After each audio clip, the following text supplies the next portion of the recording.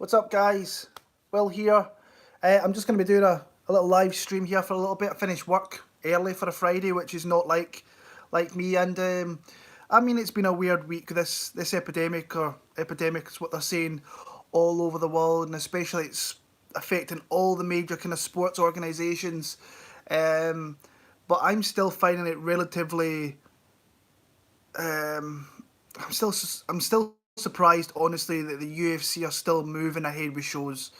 Obviously, over the last few days, there's been they've taken measures to make sure that they get the Brazil card through. That they're having no fans, but I don't know what your guys' kind of feeling on this is regarding them having fights or not. Now, we're all fight fans. Um, and we all want to see fights. We have it week to week to week, and it's something that we enjoy. When I make my prediction video, I'm literally at work all week. I'm counting down to that Saturday night, ready to watch some fights. But I mean, this week's been crazy. So obviously, the kind of timeline with things is kind of went from where obviously they're down in Brazil. The thing that I don't like is they're not testing fighters. See you guys in the chat. I'll get to you in a little bit, guys. Uh, Especially in Brazil this week, that they're not testing fighters, and I think it's pretty low in Brazil regarding this virus that's floating about and so on and so on. But I still think when I look, is MMA or is the UFC really doing enough here? Because it seems to me that they're kind of not a little bit. Um, but then I kind of think to the side that um, the guys have got to get paid. I mean, the independent contractors. The big thing for me is just the health thing. Cutting weight and putting yourself at jeopardy kind of doesn't sit right with me. That's why I give kudos to what Bellator have done tonight and completely no fights. Initially, they were going to go with no fans, and then they've went and cancelled the event, but then they've also paid the fighters. I do think it's a little bit silly. This decision could have been made yesterday before they cut weight and so on. But ultimately, I think they made the right decision. Where Dana White has pretty much come out and says, look, we're still moving ahead, we're still doing this, we're still doing that. Now, I don't mind the Brasilia thing. Like I said, I'm not the biggest fan of having fights right now. Just, I would personally, I wouldn't mind if we had lost these next couple of events between now and the end of March, and then had a few weeks off to Khabib and see where we're at then. And if we're no further forward, then we kind of move on from there. But I'm kind of stickler for, if Dana White is saying that fighter safety is our number one priority, and I'm sure that the UFC are doing everything that they can with doctors and so on, that they're trying to make this good. But to me, it just doesn't. It just there's something that doesn't sit right with me as a fan. And then they had the whole thing regarding next week in London. They're still saying they're going to have fans and they're going to be they're going to allow fans into the arena. As of right now, I think that changes. I think the time it hits Monday, I think there was something on Newsnight over here in the UK where they're saying that that's probably going to get curtailed and there's going to be no fans. But there's been a few incidents in London. I mean, if you're a fan of the Premier League, they've obviously closed the Premier League down for the next month, which kind of sucks for me because I'm a Liverpool fan. I was kind of hoping we were going to get. I was kind of hoping I was going to get to see Liverpool kind of lift the title over there. Doesn't look like that's going to happen anytime soon.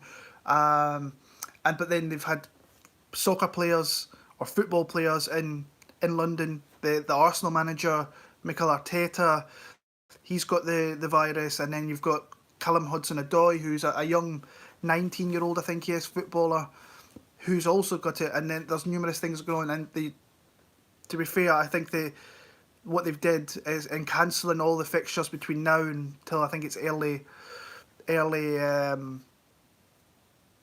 April. I think it's the right decision in my opinion. And then you look across other sports. I'm a big fan of golf. I grew up playing golf. It was one of the earliest things I can remember is doing that.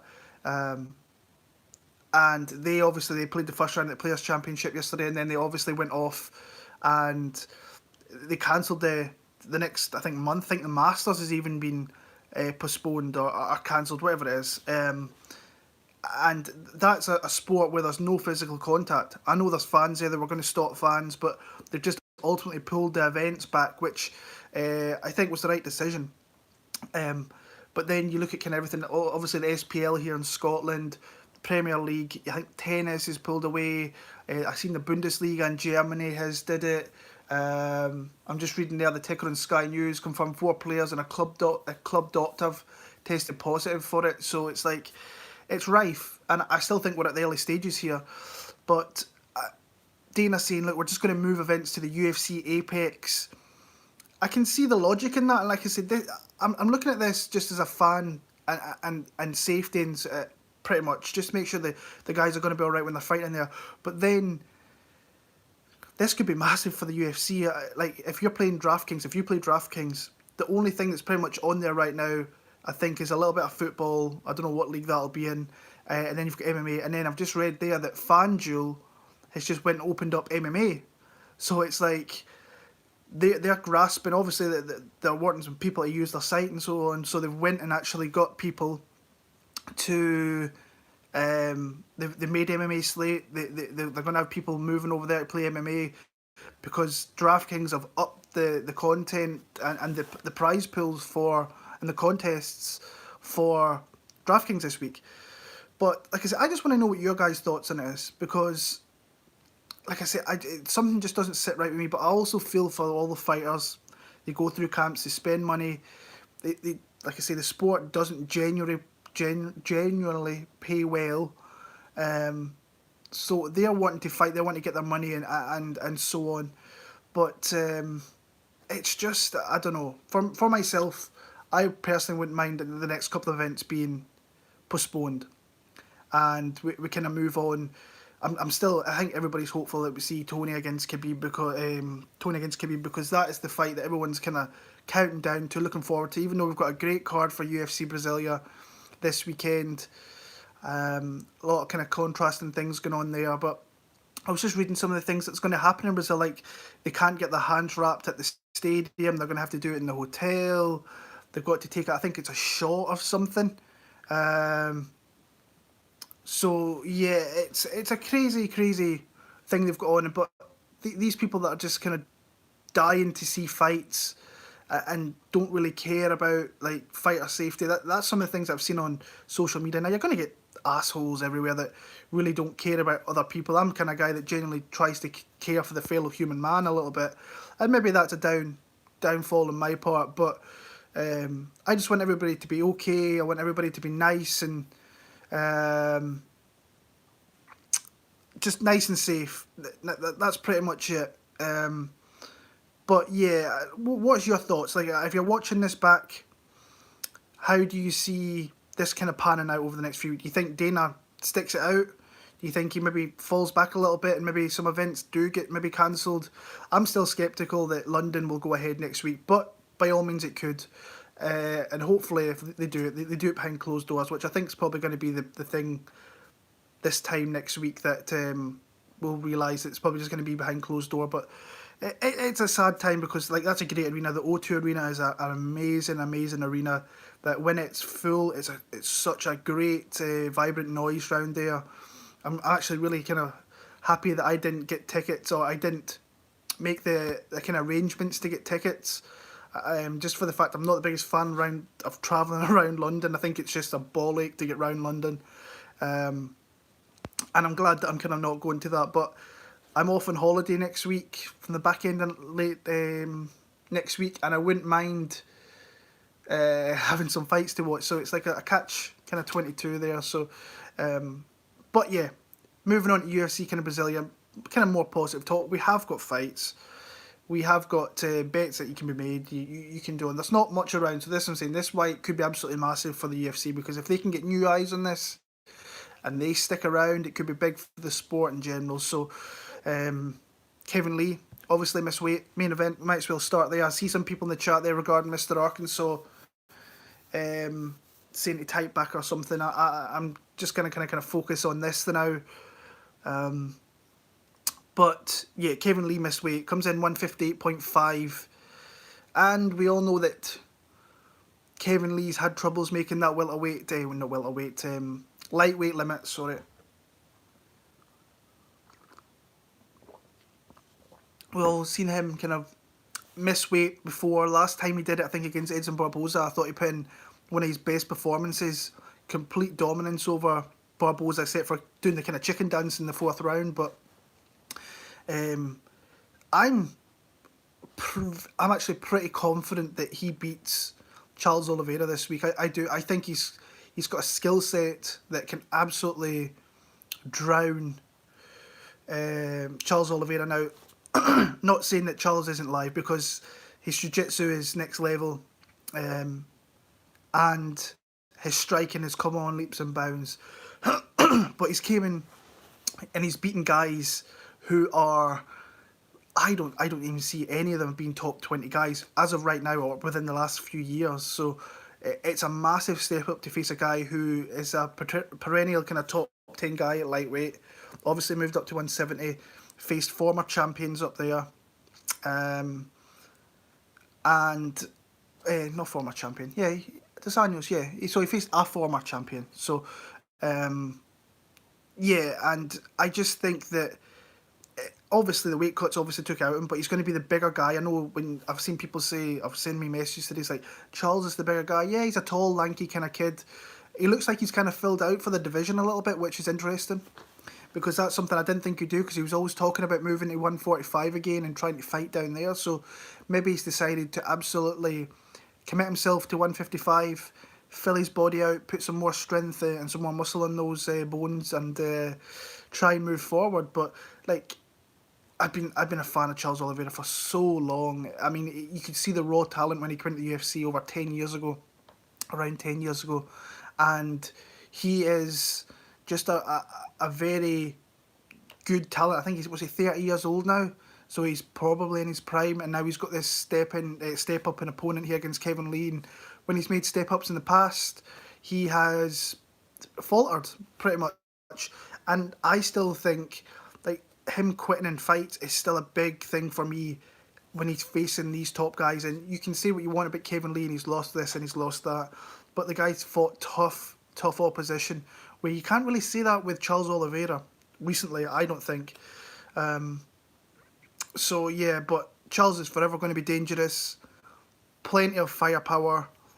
I just think that Kevin Lee is honestly just, I think he can, but the thing is that missing weight, is that going to affect him after 7, 8, 9, 10 minutes of that fight? Absolutely it could. So Charles becomes a live kind of dog in that spot there. I was going to bet Kevin Lee.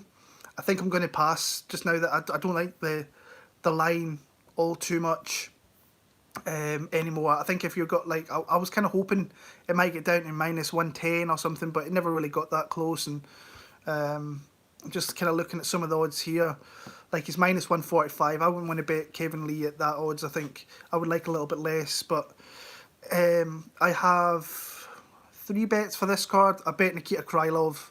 I always bet Nikita Krylov, so yeah. And plus, I think he's got a really genuine chance of winning this fight. I've never been on the Johnny Walker hype train. I don't think I ever will be. But he is nonetheless very, very fun to watch. My other bet was David Dvorak. I got him at +110. And I'm kind of thinking, I don't know about that bet. This is the problem with me releasing my picks and doing everything so early, is that as the fight week goes on, things maybe change a little bit. And maybe I've did that with that. I think that fight's, like I said, I did think it was going to be a relatively close fight. So, yeah, looking at that one, I see a lot of our money is coming in on Bia Maleki. I mean, I could not put my hard-earned money. I've just went and worked 12, 13 hours. I could not go and put my hard-earned money on B Maleki at 1-0 as a professional. I just couldn't do it. But at least if you're doing it and you're more confident than I am, then you're getting dog money for it. And you probably, if you're like me, you've seen the pictures of 2 of them standing side by side, and it's substantial, the difference in size between the two. I think it's 5 inches in height and like 10 inches in reach, so it's a lot of reach and height. But that's, I mean, what does Maleki really do well? That's the thing. But Macedo, it's very easy to take down. You can see that in her fight. She'll throw a lot of spin. She'll get herself off balance, and then you can get her takedowns from there. I don't know whether B's going to do that. She's supposedly a Swedish kickboxing champion, but never moves her head off the centre line. Is very, very hittable. So, yeah, sorry guys. I'm going to bring up YouTube on my computer here so I can see what the comments are, because on the phone it goes so quick. So, yeah. But it's an interesting fight card. I am looking forward to some of the fights if it gets there. I am still not convinced that we get there tomorrow. I don't know why, but hopefully we do. We'll see. And what's the other bet I've got? Dvorak, Krylov, and I've got Amanda Ribas and Enrique Barzola in a parlay. That's my other bet that I have for that there. So, yeah, it's like heavy underdogs. And I'm just looking at the chat here, guys. I've just brought up YouTube and I've seen the chat there. So, Aussie MMA. I think it's fine that the fights are going ahead. I mean, really, how different is it going to training? I just don't like it's completely different for that reason why. I mean, it's physical contact, and I know they're trying to have no fans and less people that can get into that. It's just, I don't know. I don't know. It's maybe just me. I think I'm probably in the minority where people don't want to see it going ahead. But like I say, if the UFC continue to do this, and it works out, then they've hit a home run if they get more fans in for the sport. So, go on, Mr. Arkansas live stream now. He's talking to you live.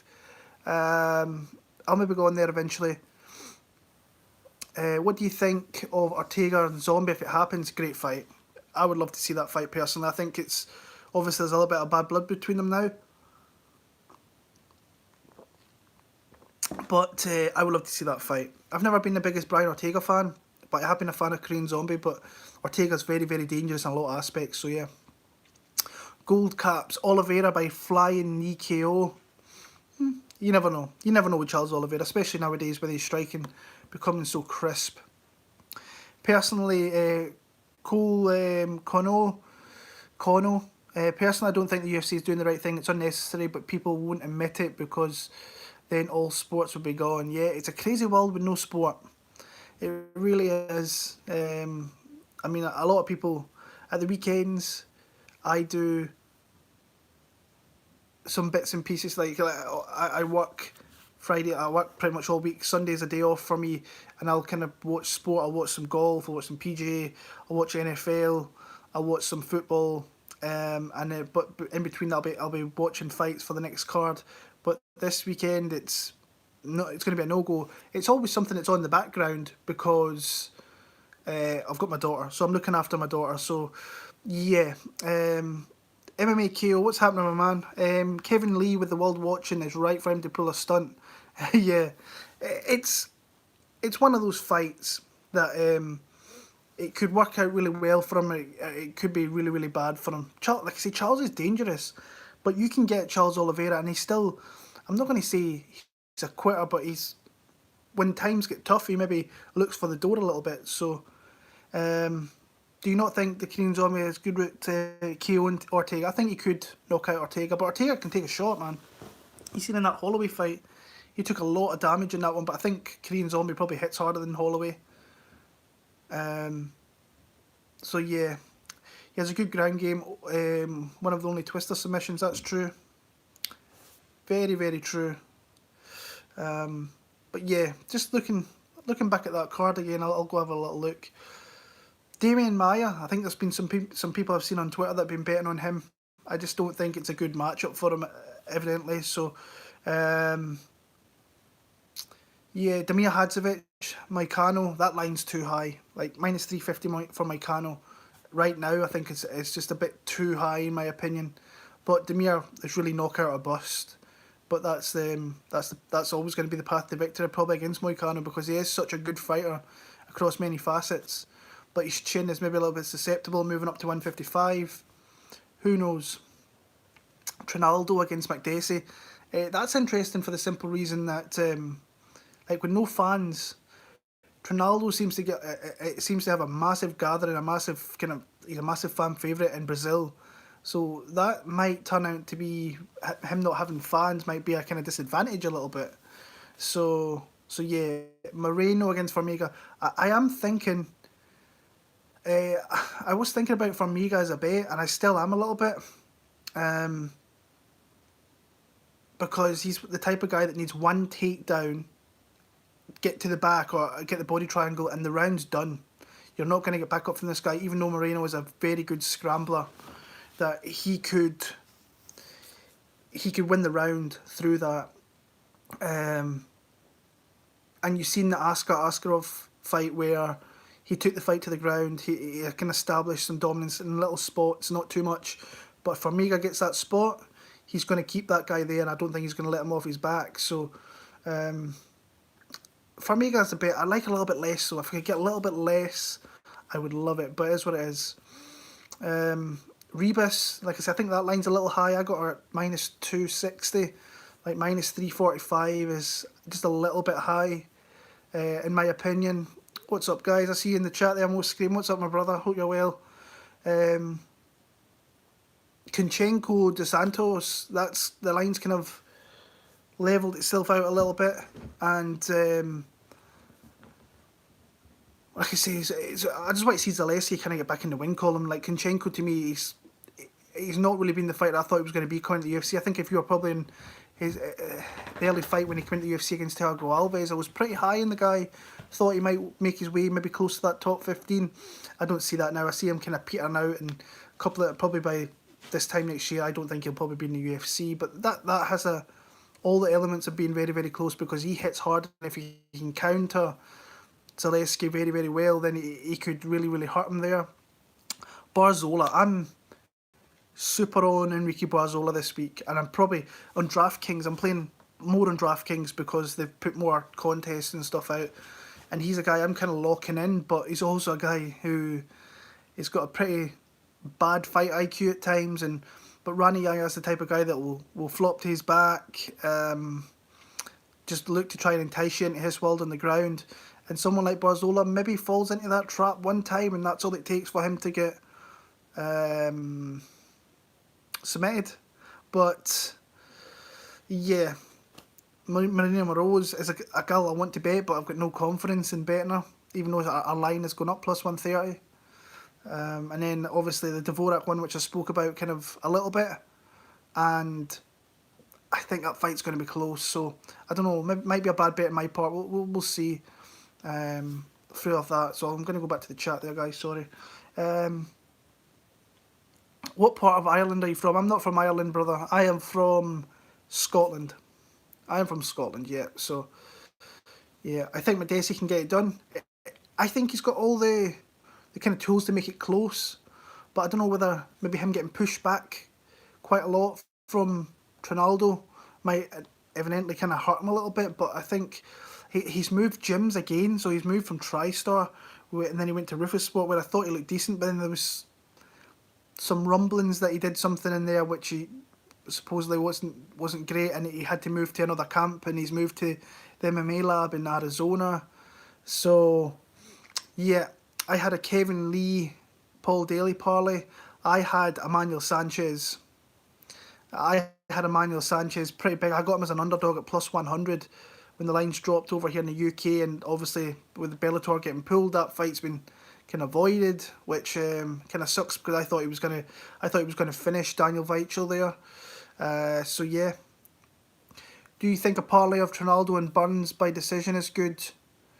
Yeah, it's not bad. Yeah, I don't think that's a bad one. A parlay of Trinaldo and Burns by decision. I think that's probably the best ways they're going to win. Obviously, Burns can get the knockout over Maia, because Maia might start to kind of fade out a little bit. Burns does the same, but he's not going to submit him. He could knock him out. Most likely it goes to decision, so we'll see. And Trinaldo's a guy that doesn't really finish all too many fighters, so yeah. Any thoughts on the missed weight for Lee? Fighters who missed weight are like 5-0 in 2020. That is true. That's something I never mentioned earlier on when I was talking about Kevin Lee. Is like he's had. I think I did say he had his best performance the last time he missed weight against Barboza, but it seems to be that fighters that miss weight, I don't know whether they haven't. I don't know whether it's advantage through weight or whatever it is, but Kevin Lee. If you ever meet Kevin Lee, I've met him a few times. I've sat down, I've spoken to him a few times when he was here in Glasgow as a special guest fighter. He was just a great guy. He really is. He's a really great guy. But you can learn quite a lot from just speaking to him. And like, the guy's jacked, but he's obviously got a lot of muscle mass there and very, very strong for the division. But like I say, he can't continue to keep kind of missing weight kind of every second fight that he's fighting the division, because he's coming off a humongous performance against Gregor Gillespie, and then you're following up with miss weight. So he has to come in here and really impress with a finish, and all might be kind of forgotten in that aspect if he comes out here and does something spectacular or whatever. But he needs to be more consistent with that. I do think he's got an advantage. I think I think the striking, I think he's got a slight advantage there. I think with his wrestling, I think he's got a massive advantage there. Obviously, you have to be careful with Oliveira because he can latch onto necks very, very quickly, and down on the ground there. But I think when you watch a Paul Felder fight there, if he gets into a position, he can start to really pound on him a little bit. So, yeah, I like Kevin Lee in this spot personally. Will the UFC be the only sporting event taking place this Saturday? I believe so. I believe so. I think that everything else is kind of done for. I don't know if NASCAR is on, if you can count that as a sport. Driving a car a sport? I don't know. Some people are different with that. Some people don't think golf's a sport, so I can see if people think that NASCAR is a sport as well. So, well, the UFC, I think it probably will be the only one that I can think of off the top of my head on Saturday, unless there's something going on that I don't know about. I think did someone not mention like sport in Australia going ahead? So maybe something with that. Regional is a better fighter than Lee Fat. That was a close fight. But some people just have the numbers of some guys, and looks like Ali Quinta's got that over Kevin Lee. So yeah. The doctors told him to stop cutting weight, and they wanted him to continue. Yeah.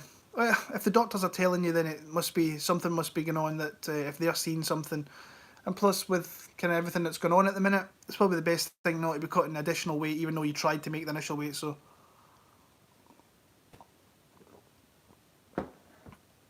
This is my DraftKings lineup. What do you think?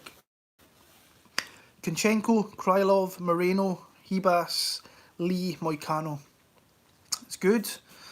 Like I say, I'm not going to probably be on Kunchenko this week on DraftKings, but I will have a little bit of everyone else. Not so much Moreno, but I'm kind of locking in Krylov, Kevin Lee, Barzola, the three guys that I've really got locked into my lineups, and I'm kind of moving them around there, trying to see what I can come up with. But I might maybe need to come back off Barzola a little bit because, like I say, I was mentioning his fight IQ not great, so he might kind of somehow just trap himself in a guillotine and get submitted from Rani.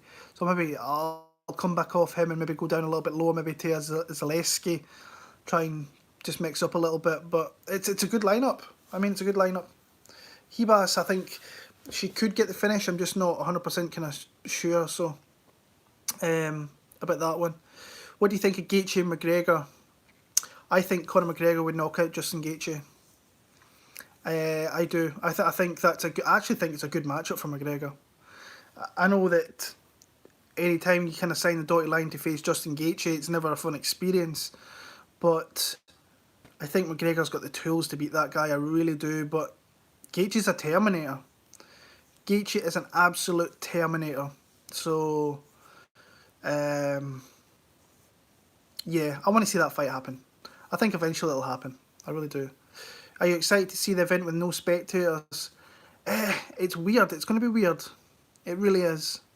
I watched was it the one card not too long ago, maybe a couple of weeks back, and they had no spectators in the crowd, and that was weird. But you might hear the corners a little bit more here and seeing how things kind of go from minute to minute of a fight. So I'm interested in that spot. What betting site do you use, and who do you think's a certain win? I use a variety of betting sites. I don't know, Casual Cucumber, where you're from or what part of the world you're from, but in the UK, like, I've got apps on my phone, which is on the now, obviously, and I just go between them and try to get the best number I can. So you're from the UK. I use Bet365, Paddy Power, Betfair.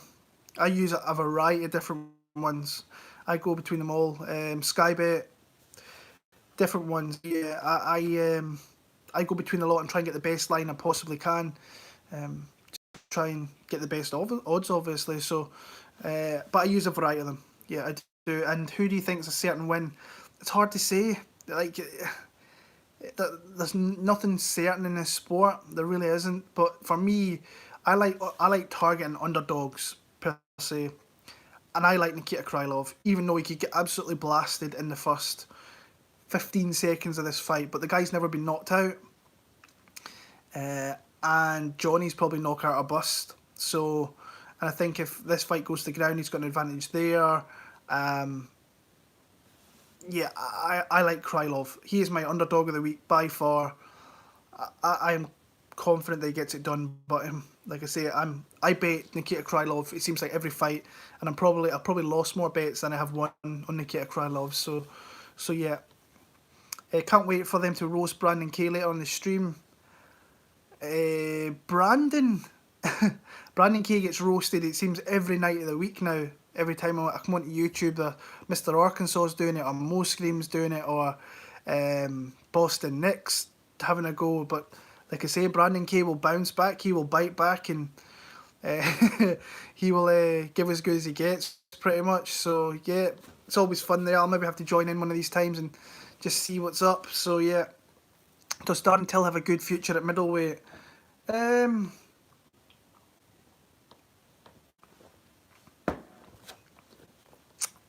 I don't know, he's got a tough fight. Robert Whittaker is a guy that I actually think Robert will beat him. So my prediction will be that Robert Whittaker will beat him. I'm still pretty high on Robert Whittaker. The guy's a former champion. He's beat a couple of absolute beasts. And he's only lost recently to the guy who is the best guy at 185 in Israel, Adesanya. So I like Whittaker in that fight with Till. I think he's getting pushed just a little too quick though. I think they need to rein it back a little bit and just kind of build him up a little bit. And like he came in against Gastelum. I don't think it was his greatest performance, but evidently he looked. I think it was a big week. I think it was a lot of pressure, and obviously moving up to 185 and to get the win in New York was big for him. So yeah, but I like Robert Whittaker in that fight personally. So yeah. Hello sir, what fight are you most looking forward to tomorrow, Jarek? What's up, Jarek? I'm looking forward to Johnny Walker, Nikita Krylov. That's a fight, like I say, you're going to get fireworks with these two. It's just, you're not going to get anybody really sitting back. I know that Krylov run a little bit in his last fight, didn't really want to engage as much, but Johnny Walker is just so unpredictable. He's so explosive, so flashy with his striking that at any time he could take you out, and Krylov is a guy that generally doesn't go to decision except for his last fight against Glover Teixeira. So that's the fight I'm most looking forward to seeing, and then obviously probably closely followed by the main event. Well, what's the most value bets on this card? Moreno, not for me. I think if you're looking at value bets, so like underdogs that I would personally bet, I bet obviously Dvorak and Krylov. But I actually think Moroz is not a bad bet in this spot. So they're the kind of ones I'm going there. Miss Califon, I hope you're well. Keep up the good work. I appreciate that. I'm trying. Appreciate you coming back and being so nice to me after me kind of saying a couple of things out of line regarding some your son and so on. So I'm working on that. So I appreciate you stopping by and saying hello. I hope everything's well. I hope Jalen's doing well. So nice to see you in the chat there. Is it a good sign that you and John agreed in every fight? I don't think we agreed in every fight. I think the only one we were different on was the co-main event. I think he went Maya, where I went Gilbert Burns. So yeah, that's weird that, because we never tell each other the picks beforehand, and it usually kind of goes obviously with different picks now and again. But in that one we were fairly, I think the only fight we were different on was the co-main event. So Yeah. Do you think Tony can submit Khabib from bottom? Uh, I think Tony Ferguson can do anything he sets his mind on. Honestly, I think the guy's like mindset is so bulletproof, and it's just the way he is. It's like he has so much confidence in himself and what he's going to do, and he's not scared to be in any position. And I think he can hurt Khabib in a vast array of positions. Like I'm struggling with that fight personally. If you asked me the last time they were scheduled to fight, I would have nailed on. I've got conversations with people. I've taken screenshots, and I was like, "There's no way Khabib is losing this fight. Never, ever, ever."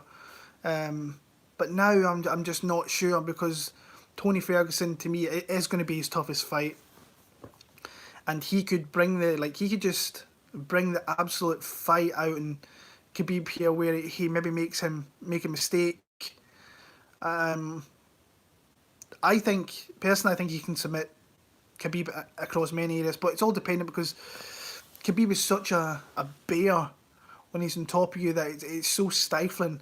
But Tony throws so much weird stuff that he could roll out one side or whatever, but he can also get caught. It's just a tough fight for me to pick.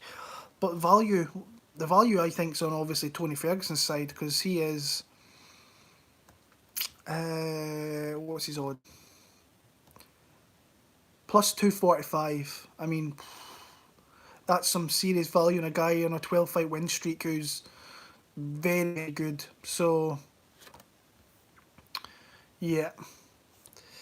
Tony seems a little bit inside Khabib's head. Yeah, Khabib. That was weird to see Khabib that pissed at that press conference last week. It really was. I thought that it was it the whole street fight comment. He didn't like that too much, and that really riled Khabib up a little bit. So that was very interesting for me to see that. Um, but yeah, it's a great fight. Just hopefully it happens because who knows what's going to happen between now and is it April 18th? So we've got a full 4 weeks, close to 5 weeks away from that fight happening. So hopefully we get that fight. If not, hopefully they're talking about moving. I don't know what's going on in New York. I think they've stopped people or the mass gatherings or so on. I think I read something about that earlier on. But they could move it to the Apex in Las Vegas. So that'd be kind of weird. All that build up over many, many years and tried to put that fight together and then they've got it in like this tiny, not tiny arena, but a smallish arena with nobody there. So that'd be really, really interesting to kind of to see that. So yeah. I think the base for parlay this week is Rebus. Yeah, that's what I was looking at. Do you follow Brandon K? I do. Like I follow everybody on here. I think, like I say, I'm one of the guys that's been around for a very, very, very long time. I've seen people come, I've seen people go. Brandon's been away. He's been around a long time too, but he went away for a while. He came back, and yeah, I kind of keep an eye on how everybody's kind of going and what they're doing on here. And like I always say in some of my videos, like try and support other guys because some people might not like me or my opinions or what I say or how I sound or how I look. It's weird. It's just the way YouTube is. Some people just don't like you for, they don't even know me and they don't like you for who you are, and they don't respect my opinion and stuff, and that's fine. It's just me putting out my thoughts on fights and so on. But it is what it is. If you meet me, you will know like I'm a really quiet guy who completely loves MMA, and sometimes, like I say, I maybe say things that other guys might put together better than I am, but I'm just being me. I'm not trying to be anybody I'm not. I'm just a massive kind of fan of the sport, and I have been for many, many years. I wish I did this like a few years beforehand. I wanted to start a YouTube channel and just never seemed to get into it, and then eventually I went with it, and 7+ years down the line, I'm still here doing them. So, and people seem to appreciate having some content out there to watch, and especially now, there's not much going on. There might be things like this might be a little bit more prevalent, and you might see more of it because there's no sport for people to watch. They might be coming in for that. So yeah, Diary of a Pro Gambler seems cool. Diary of a Pro Gambler I think he had a little bit of beef with me at one point. It's weird because if we go back years ago, we used to speak to each other on Twitter a little bit, not too much. And then there was a video that one of my people that watches my videos dropped into me, and he was calling me this and he was calling me that, and saying I was an idiot and saying all types of things. Because I picked a fighter that he was actually, I think he was betting against, or a fighter that he didn't think was going to win. And evidently she went on to win the fight. I think he bet the opposite side and lost money on it. But like I say, I've got no beef with anybody on here. Everybody can do their own thing, and I wish him all the very, very best. Hope his family's well. So yeah, like I said, I've got no beef with anybody. You would never see me calling out someone for anything. Like I say, I've never met these guys. I watch them on YouTube. So like I say, if you meet me, and I've met a few of the predictors on here, and they will tell you, like, I'm a nice dude, just a quiet guy. I love fights, and yeah. But yeah, what do you guys think of UFC London next week? You think it goes ahead? Have you been to many events over the years? I've been to close. I think I'm closing in on 45 to. Let me think. I think I'm 46 UFC events, and that's from UFC 67. I want to say, no, 78. Was it the Crow Cop Gonzaga fight? UFC 78. No, it wasn't UFC 78. Damn, it's that long though. It's like 2007 was my first UFC event. I think I was a 21-year-old kid. No, it wasn't. It was earlier than that. Was it UFC 72? Because there was one in Belfast, because Forrest Griffin fought in that card. I always remember that, yeah. So, yeah, I was in Belfast, so I think that was my second ever event. And I'm sure the Crow Cop one was my first ever event I went to.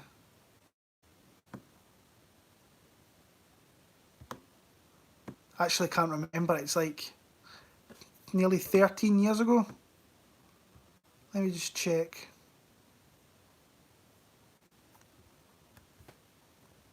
I'm not entirely sure. All or Nothing. No, does that ring a bell? No. Yeah, I think it was 2007 was the first event I went to, and since then I've probably been close to 50. I'm closing in on 50 UFC events. I've not been to one in over 2 years though, or it will be 2 years. The next UFC event I'll be at will be UFC Dublin.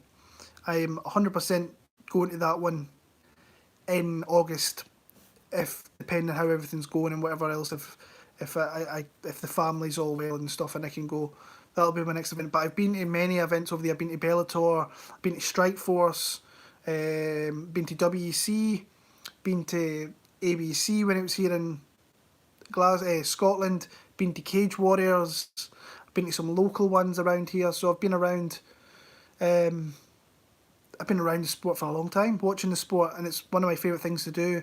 But like I said, I've not been to a UFC event in 2 years, mate. The Liverpool card, Dan Tilligan, Stephen Wonderboy Thompson, how quick that has went. And then before that, I think it was the Glasgow one, or it was one of them ones. So yeah, I've been a fan for many, many years. So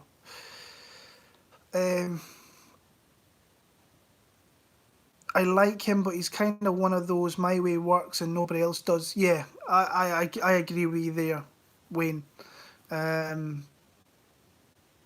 He seems to think he knows better than everybody, but the guy puts in a lot of time. So, but like I say, he's never 100% right and everything. Nobody ever is. So yeah. I'm new here. You're my favourite channel. Bet on wrestling. I appreciate that. I really do. I always like hearing new people coming on the channel, because sometimes you see the same faces and or the same names, and you kind of build a rapport with them. Then you get new people like yourself. I appreciate that. So hopefully you stick around. But like I say, there's plenty of other channels out there to have a look at as well. But I appreciate you for saying that. That's very nice of you. Can you give your 3 core plays for tomorrow? Are we talking core plays and bets, or are we talking core plays on DraftKings? So core plays on DraftKings for me, I'm kind of building my team around Kevin Lee, Nikita Krylov, and right now Enrique Barzola. But as in bets, I like Krylov. I do like Kevin Lee as a kind of bet, but it's just a little bit too high for my liking. And probably Formiga, I quite like Formiga in this spot, even though everybody seems to be on the Moreno side. So, do you listen to MMA Guru? Not that much, but what I like about MMA Guru, and if you watch him regularly, because I know the guy puts out a ton of content, and he's the type of guy that I wish I was 5 years ago, when I never had any kids, and all I did was work, spend time with my fiance, whatever. But I had the opportunity to do more, but I didn't feel like I wanted to be on camera all the time. I just wanted to do predictions. But what he does, and you've seen, he's not been around all that long. He's built up a really good, solid core subscriber count. It's growing every single week. From what I see, like I say, I keep an eye from a distance, but I can't really watch too much with work, so on, and family. But the guy puts out videos constantly. He's on live streams from what I've seen.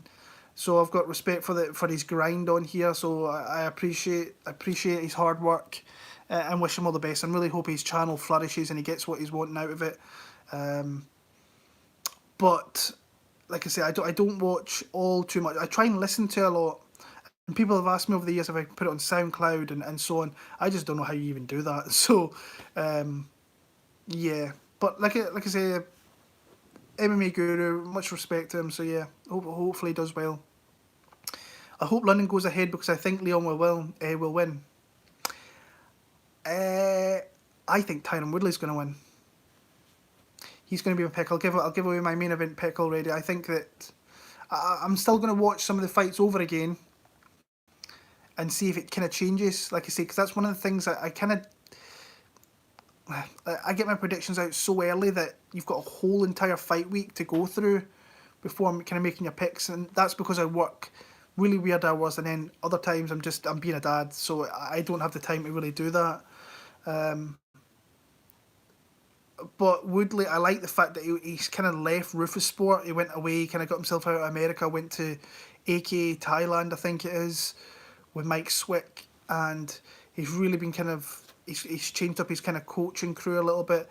But there's some people out there like really disrespecting a former UFC champion, saying he's done, which is a little bit weird to me. But like I say, Leon Edwards he's in his kind of best spot of his career now. So yeah.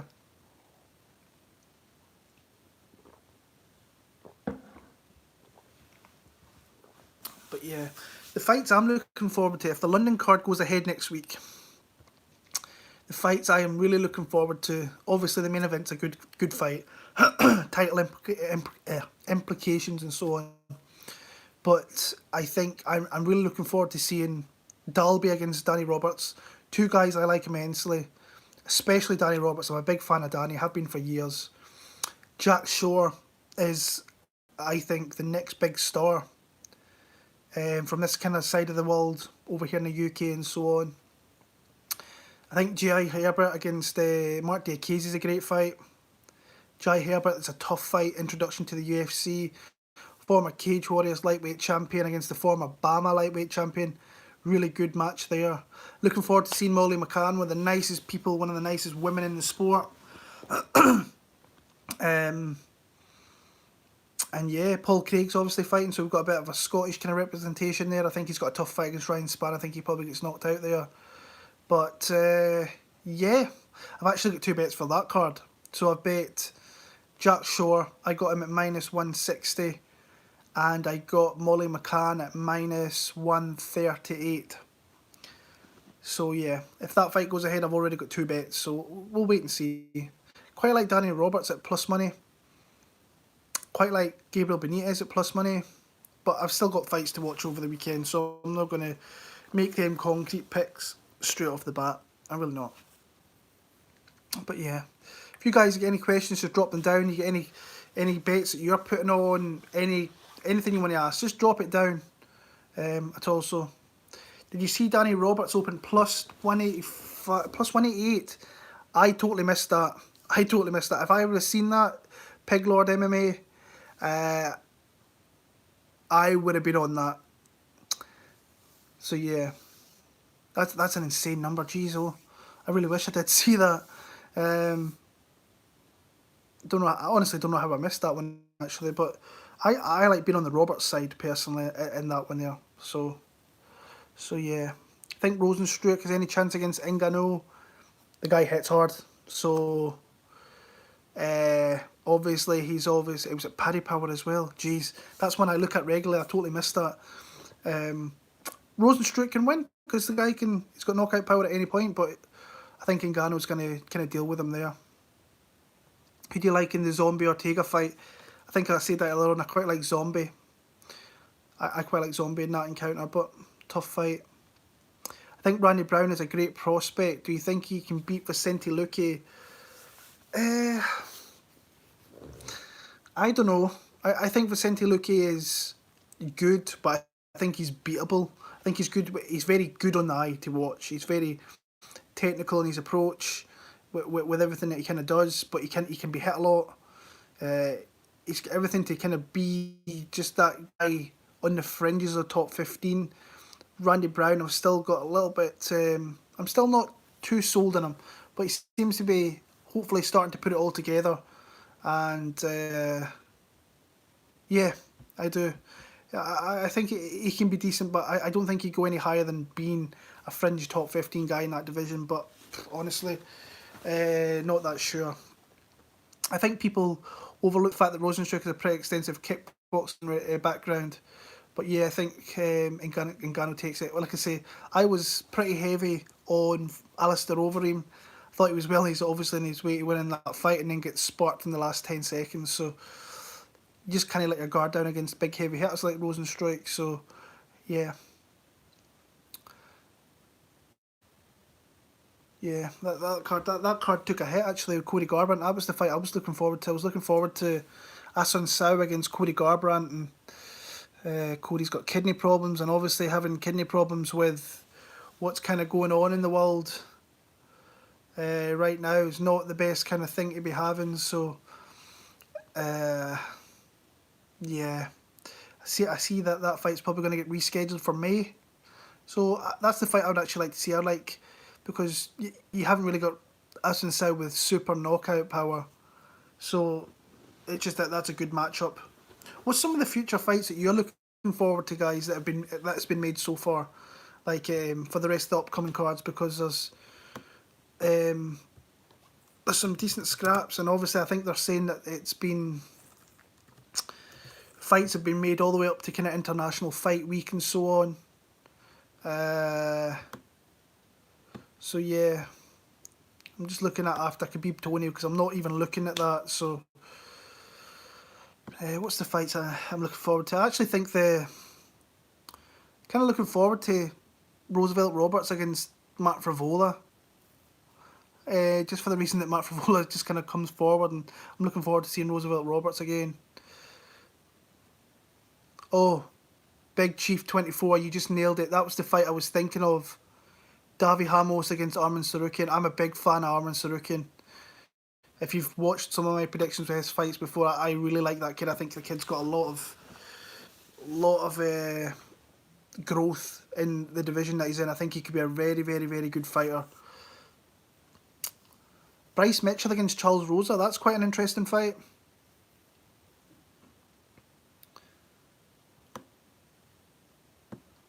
Cejudo versus Aldo 250. What have they got online there? Nah, don't really like too much in that card as of now.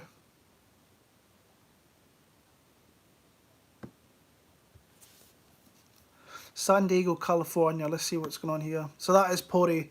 I think Pig Lord said on there that that's a great fight. Yeah, it really is a good fight.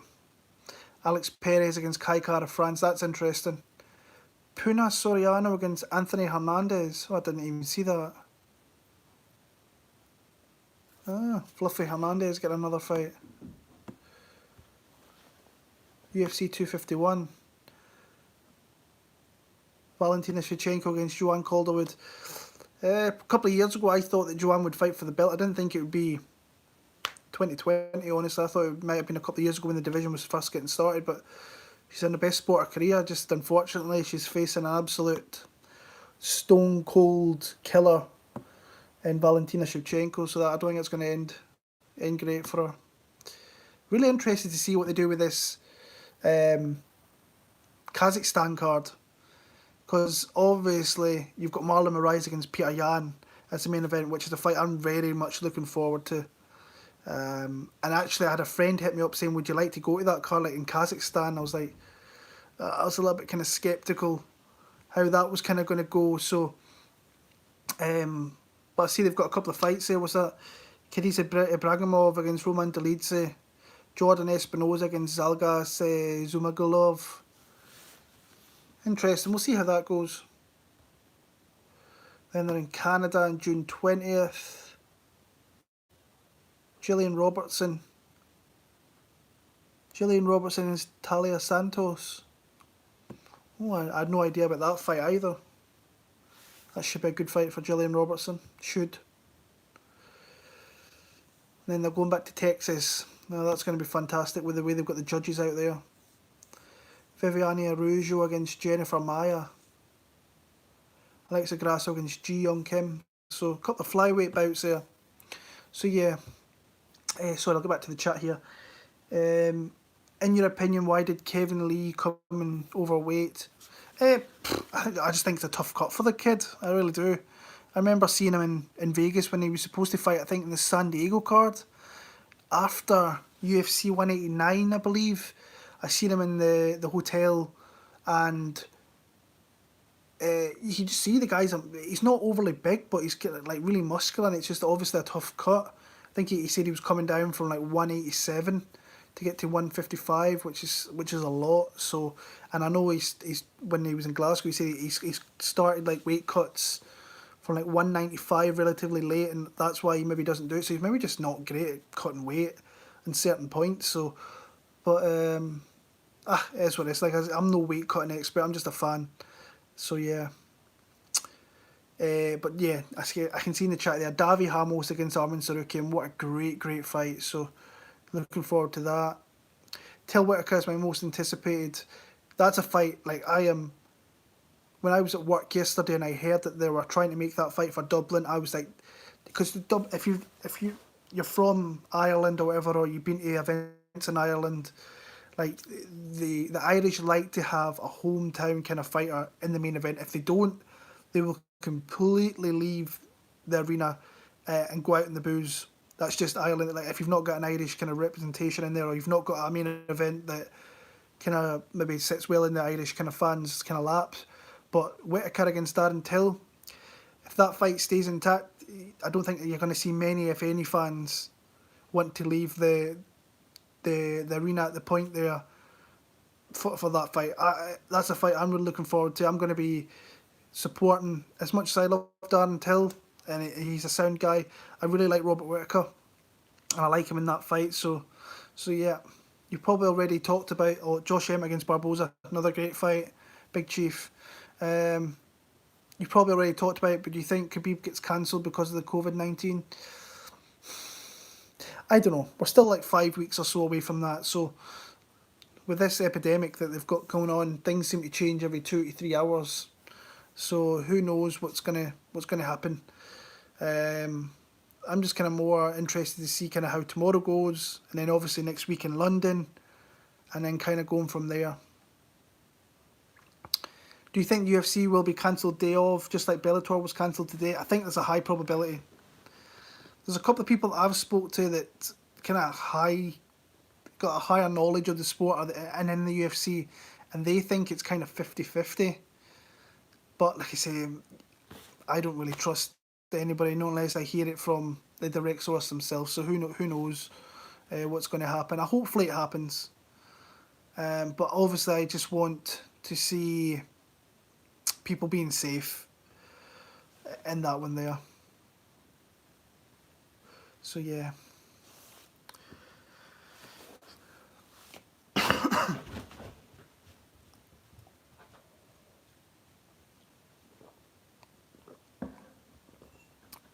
Any hometown Irish SBG fighters you can see fighting in Dublin? Because a lot of upcoming Irish SBG fighters are already in Bellator. Very true. Um, Honestly, I don't. I'd be, I'd be surprised if we see very many SBG fighters on that card. Um, yeah, I very much doubt we'll see anybody in there from that gym. So Peter Yan was opened as a favourite versus Moraes. In my opinion, I think he should be favourite. I think he should be a slight favourite. But great fight, really good fight. What's next for John Jones? Jan Blachowicz for me. I want to see that there's fighters coming back in that division. So you've got obviously Thiago Santos, who kind of went to a close. Some people think it was a close-ish fight against John Jones. I'm kind of the other way. I thought it was pretty clear John Jones won that fight. But I think if you can try and keep it fresh and just get a fresh matchup for John Jones, and then put Dominic Reyes with maybe with Thiago Santos or with Anthony Smith if he wins, and just try and build that guy back up. He's ready and willing to probably get another title shot, but just get him a win and let him call out John Jones and see if John kind of wants to make that fight again. But if I was matchmaking, I'd try and put the Jan Blachowicz fight, even though I think it would be it's pretty certain on one side of that fight how it would go down. What a day it would be if Jan could beat Jones. Yeah, that'd be kind of spectacular. Anthony Smith versus Glover. I like Anthony Smith in that one. Guy's a banger. Guy's a hard hitter. I'm not sure Glover's kind of durability is kind of kicking around as much, but guy's always dangerous. Good boxing, good jiu-jitsu. I still think that Krylov beat him in his last fight, even though like I say, that's maybe me just talking there, considering I had a bet on him there. So yeah. But I kind of like Anthony Smith fighting at home too, which is going to be massive for him. But yeah. Will Francis Ngannou be champ in 2020? No. I'll say no. We might get 2 title fights depending how Miocic is healing up.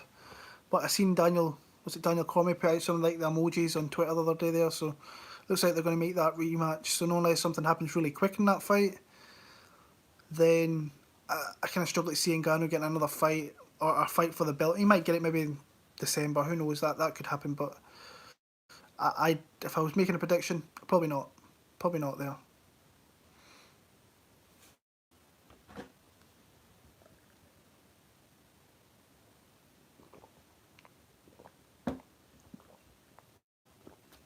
Anybody playing DraftKings this weekend? Or because I see they've put a lot more kind of contests up and running. Do you bet much in MMA? I do. How much do I bet? Let me see. Right. So, like I said, I started off. If you can go check my betting record at Bet MMA Tips, where initially in the past I've bet large amounts, but then obviously you can't come into tracking bets and betting the big amounts. So I started off pretty basic. I can't remember how much it was, maybe £25 a unit, 25 £25 a unit pretty much. And then I had a disastrous first year of tracking bets, and I'm not making up excuses in saying this, but I made bad bets obviously. But I had my daughter that year, I think the first year that I tracked, 2017, and I was minus 43. I think it was minus 43 units for the year. So you do the math. I'm not great at math with that, but you can see I lost a fair chunk of money over the year. Then I came back, and towards the end of 2017, I really changed how I was betting on fights, And moving into 2018, I absolutely nailed. I had an unbelievable year in 2018 where I was up 86 units for the year, and for the first probably part of that year, I was betting £25 units, and then I moved up to 50, and then I think actually towards the end of that year, I actually went on and I think it was 75. Yeah, it was 75. Where now I'm on to £100 units. Now, so I decided after last year, I had 2019, which was a very tough year betting wise.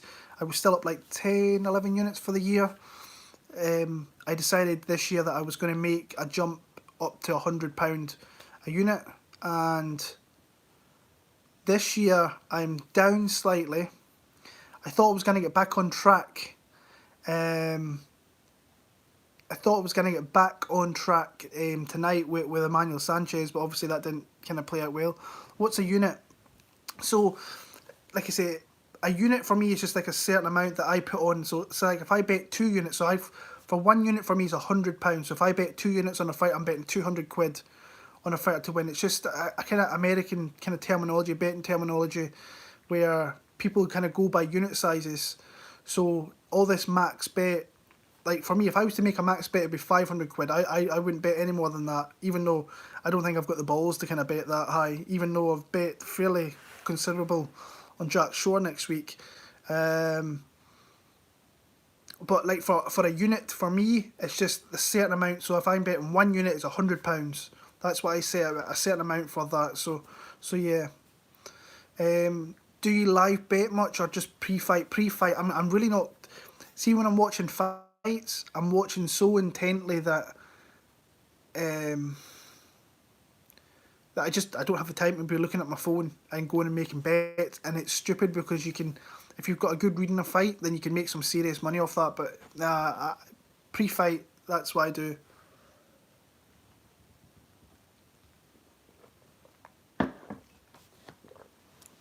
So yeah, so Matthew, if you were betting, say if you wanted to be tracking your bets, and you kind of set out a certain amount of how much money you have, and say you make it £10 a unit, so you bet 3 units, you bet £30 on a guy. That's pretty much it. People do it different ways, but I like it that way, where you set out a certain amount per unit and stuff. So, but I don't know whether I would keep going on. Like I know I'm at £100 a unit right now. I don't know whether I would go on to 250 or whatever it is. You see some guys. I know some guys in America who bet massive amounts of money on fights every week, and I think they sell picks as well. So I don't think I could ever do that. I don't know whether I could ever be a tout, because there seems to be a kind of lot of pressure on guys to do that, and there seems to be a little bit of a kind of curse on if you start selling picks, you seem to kind of filter off a little bit and don't be as kind of successful with that. So yeah, I like to divide my bankroll by 10 to determine unit amounts. Yeah, it's just everybody's different. I mean, what kind of bugs me is these people that come on that are trying to sell picks, and there's good guys out there that give them for free, and but I don't know. I don't mind touts. It's just I don't know. It's probably a sticky thing to kind of get into with that there. There's definitely guys out there who put in a lot of time and put out free picks and so on and so on. So yeah.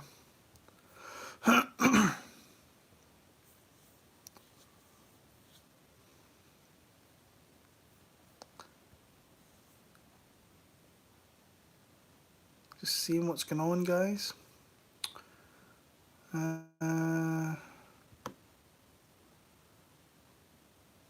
Yeah.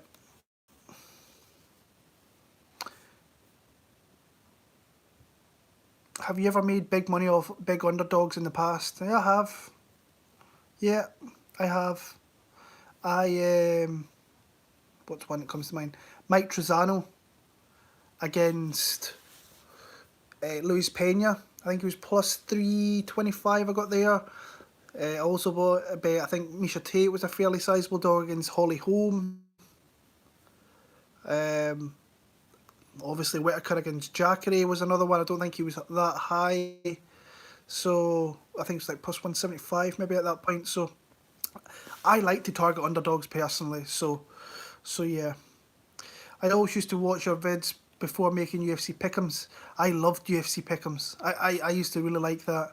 I remember there was a year I finished in the top 10 and I was desperate to try and get that top spot, but it's tough, man. So yeah. MMA and FanDuel is interesting, it is. I don't think I'll be playing much on FanDuel. I'll probably stick to DraftKings, just so I'm not throwing money around here and going different things and trying to get lineups right. It's too much for me. I like DraftKings, so I'll stick around. So, do you watch, gamble in any other combat sports? No, not in other combat sports. I do bet on other sports though, just nowhere near as highly as I do in MMA. So, I like betting on golf. Like I say, Pat Mayo. You'll see him, the Pat Mayo experience, if you're into DFS or whatever, you're into the golf side of things. I like listening to him. I like that. They do kind of betting on PJ, and like betting on PJ is quite tough, but they guys put in a lot of work. I don't put in nowhere near as much work, so that's why I don't really throw super amounts of money on guys. But they do that. They do quite well for the majority of the time. So huge marketing opportunity for the UFC now. It seems like it. Yeah. Sup, bro? You got Burns or Maya? I've got Burns via decision. I think Maya's just going to struggle in this one. The closer the fight gets, I'm more confident Burns looks fairly decent in this one, but can never write off Damien Maya. It was fun. I was 8th in the year. They cancelled it. Oh, that sucks. I think they cancelled it halfway through the year as well, didn't they? So it was quite sudden, if I remember right. So I've never did DraftKings. How does it work? So basically, you've got contests. You can enter for free in free games. You can pay up to $1,000 entry games, and basically you've got $50,000 to pick 6 fighters within that $50,000, obviously, and then for every signature strike that's landed, every takedown, every reversal, every position on the ground, you can accumulate points. So, and then obviously, if you get first round finish, you get more points. Second round, you get less. Third round, less. But you accumulate points pretty much. So, but obviously, you've got, say, like, so we're talking last week at UFC 248. You had, who was the guys at the top? You had Rodolfo Vieira. I think he was 9,300, and I thought, to me, that was a free square to get 100 points, and it turned out to be that, even though he took a kick to the eye, and that looked dangerous. If that went to the end of the first round, Jesus Christ, that fight could have got stopped. But he did well, and then you've got to try and target some underdogs you feel confident in, and they can, like, grapplers seem to kind of have more. If you can find good grapplers who are going to get takedowns, advanced position, they are like money guys to have in DraftKings. So, like I say, this week my kind of core 3 guys is Krylov, Kevin Lee, Barzola. That's where I'm kind of sticking to, but that could change. So yeah. Who do you have initially got for Aldo Cejudo? I think I've got Cejudo. I think Aldo's just, yeah, I think he's close to being done, even though I thought he looked good against Moraes. Probably should have got the decision. But I need to watch that one back, because I think initially I had that for Moraes, and I thought when I was watching it he did enough, but I'll need to go back and watch. Pat is a hard worker. Yeah, Pat Mayo is a really hard worker. He really is. He puts out a lot of great content, so yeah. It's hard for me to tell what skill level Burns is really on right now. Well, I mean, the guy's fighting constantly. He's doing a lot of jiu-jitsu competitions. He's coming in there doing his work on short notice against hard guys in the UFC. But yeah, it's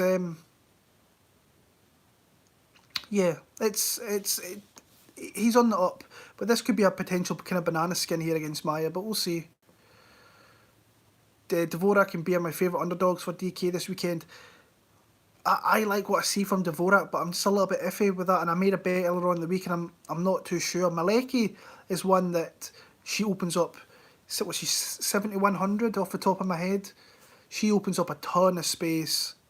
In a matchup, she could evidently she could obviously win, but she's very, like, when you watch her, I'm just like, oof, she's not all that. Well, she's very green, is probably what to say.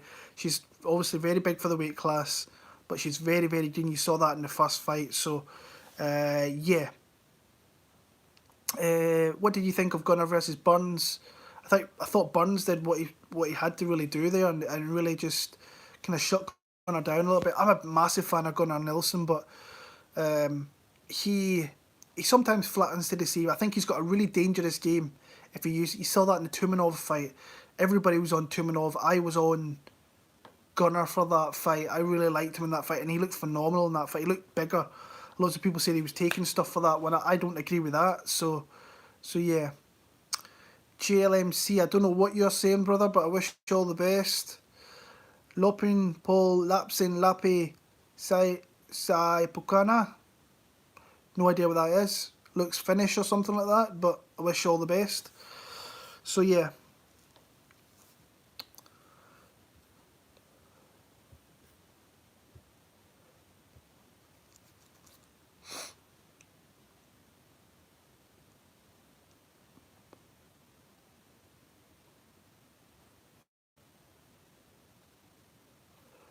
Okie dokie, let's see what's going on here. Right, guys, I think I'm going to call it a night. It's coming up here near, like, what's it, 2:20 AM? I better get some sleep before my daughter decides to wake me up. But yeah, nice speaking to everybody. I hope you enjoy the fights when they come around tomorrow night. I'm going to miss probably the first few hours of the fights for the simple reason that I've got work. So I don't finish work until 10 PM tomorrow. But yeah, guys, I appreciate the people that give me a thumbs up. I appreciate all the questions in there. If you're new to the channel, hit that subscribe button, help me grow my channel a little bit. But until next time, guys, all the very, very best. Enjoy this weird kind of fight card we're going to have with no fans tomorrow. All the best. Cheers.